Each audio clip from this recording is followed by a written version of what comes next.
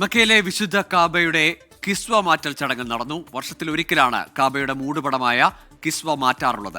ആയിരക്കണക്കിന് തീർത്ഥാടകർ ചടങ്ങിന് സാക്ഷിയായി.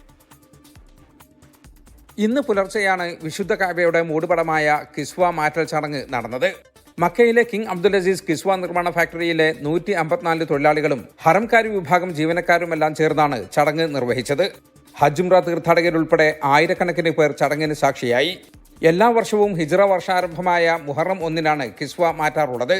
ഇന്നലെ മാസപ്പിറവി കണ്ടതിന്റെ അടിസ്ഥാനത്തിൽ ഇന്ന് മുഹറം 1 സൗദി സുപ്രീം കോടതിയുടെ പ്രഖ്യാപനത്തെ തുടർന്നാണ് ഇന്ന് ചടങ്ങ് നടന്നത്.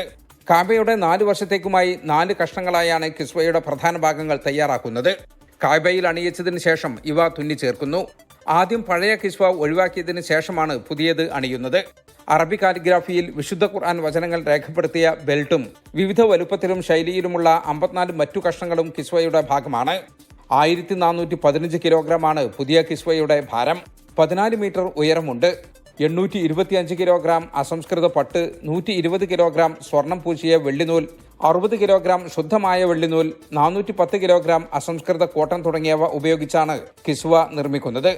മക്കയിൽ തന്നെയുള്ള ഫാക്ടറിയിൽ 11 മാസം സമയമെടുത്താണ് കിസ്വ നിർമ്മാണം നടക്കുന്നത്. 2.5 കോടിയോളം റിയാലാണ് ചെലവ്. 100 വർഷത്തിലേറെയായി കിസ്വ മാറ്റൽ ചടങ്ങ് നടക്കുന്നുണ്ട്. ഈജിപ്ത്, ഇന്ത്യ തുടങ്ങി വിവിധ രാജ്യങ്ങളിൽ നിന്നുള്ള മൂടുപടം നേരത്തെ കാബയിൽ അണിയിച്ചിരുന്നു. ജലീൽ കണമംഗലം, 24 ജിദ്ദ.